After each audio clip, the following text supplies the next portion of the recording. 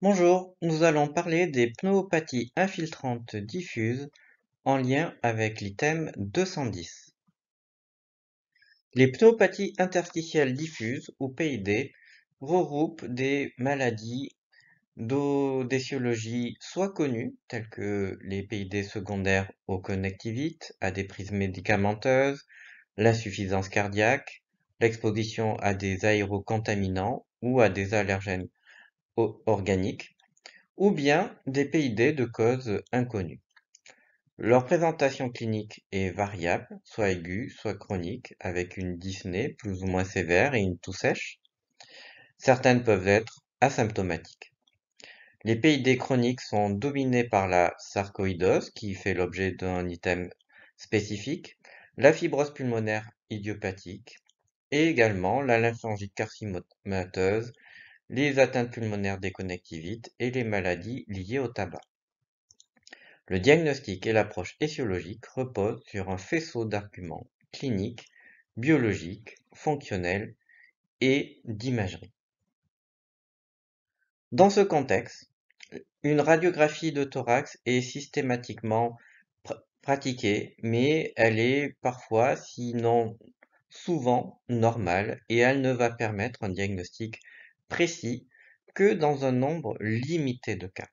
Et dans ce contexte, la tomodensitométrie est d'une grande valeur pour confirmer ou infirmer une PID et son analyse sémiologique permettra un diagnostic dans près de 3/4 des cas. Parmi les PID dont on vous demande de savoir évoquer le diagnostic, il y a dans un premier temps le groupe des pneumoconioses. La première pneumoconiose dont on va parler est l'exposition à l'amiante. Donc l'amiante constitue des particules très fines qui vont avoir comme caractéristique de se loger très en distalité après leur inhalation respiratoire. Et donc on va avoir des atteintes soit de la plèvre, soit du tissu pulmonaire périphérique.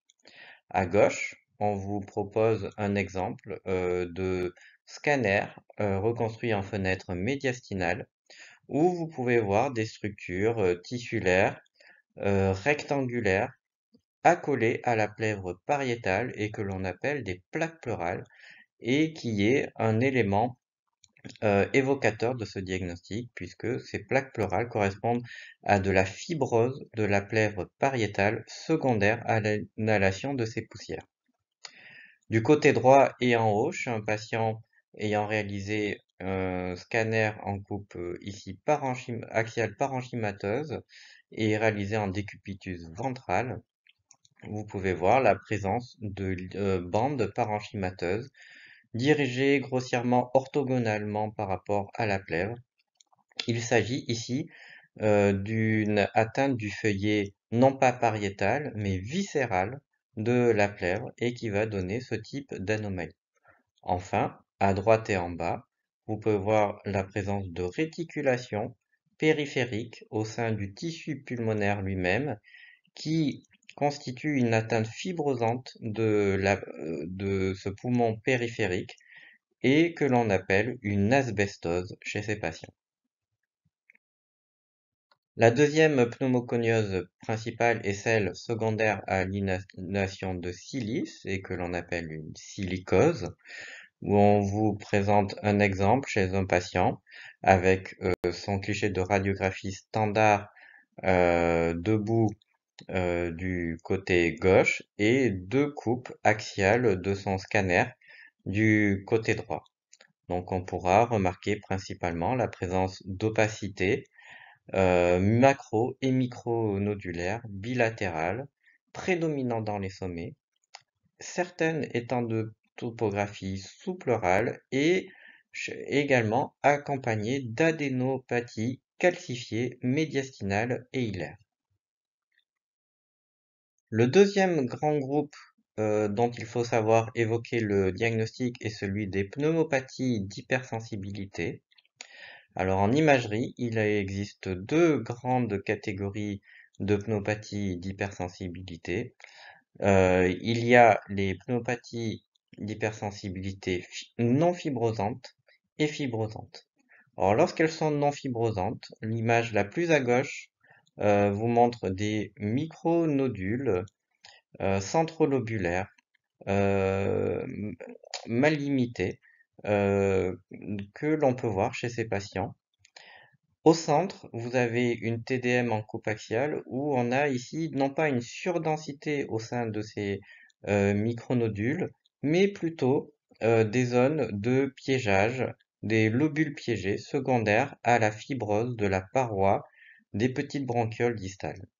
Enfin, du côté droit, vous pouvez voir ici une forme fibrosante de PHS avec la présence de réticulation, de bronchiectasie de traction et de verres dépolis. Dans les contenus multimédia dans ce contexte et qui sont à votre programme, il y a le scanner de fibrose pulmonaire idiopathique ou pneumopathie interstitielle commune ou encore PIC. Donc vous avez ici un scanner en fenêtre parenchymateuse en coupe axiale à gauche et une reconstruction dans le plan sagittal du côté droit.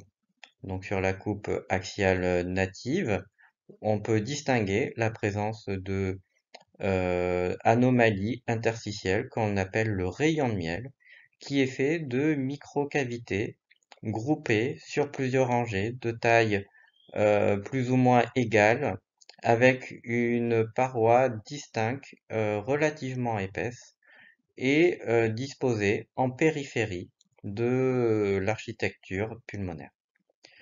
Sur la reconstruction sagittale, on voit qu'il y a également une prédominance basale de ces anomalies interstitielles en rayon de miel. Et chez ces patients, donc la présence d'un rayon de miel sous-pleural avec un gradient apicobasal signe la présence d'une fibrose pulmonaire idiopathique.